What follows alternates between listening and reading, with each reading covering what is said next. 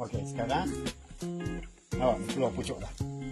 Dia stop, dia sakit dia ni, dia berhenti. Nampak dia berhenti. Dia berhenti sini, sakit dia ni. Lepas tu dia keluar pucuk, nampak tak? Keluar pucuk baru. Pucuk baru, daun baru pun dah cantik, tak ada sakit. Ni sakit dia ni, yang gitu dia sakit masalah akar. Cantik dah. Ni ada dalam ni. Dia orang takut ni sebiji kan? Saya dalam sebiji dalam ni. Ada lah sebiji Ni berapa minggu dah isi? Seminggu selepas hari tu Wan buat yang tu. Oh, seminggu lepas dia datang. Seminggu selepas dia buat yang pokok tu, saya buat pula pokok ni. Tapi ni buat rawatan jugalah. Ini memang ada semua ubat selain dari tu lah. Tapi sekarang masalah baja tu dia jadilah. Nampak dia keluar pucuk. Nampak kesan baja lah.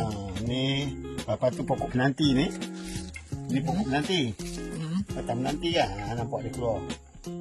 Keluar tunas. Ni pokok penanti pun dia keluar tunas. Betul dia.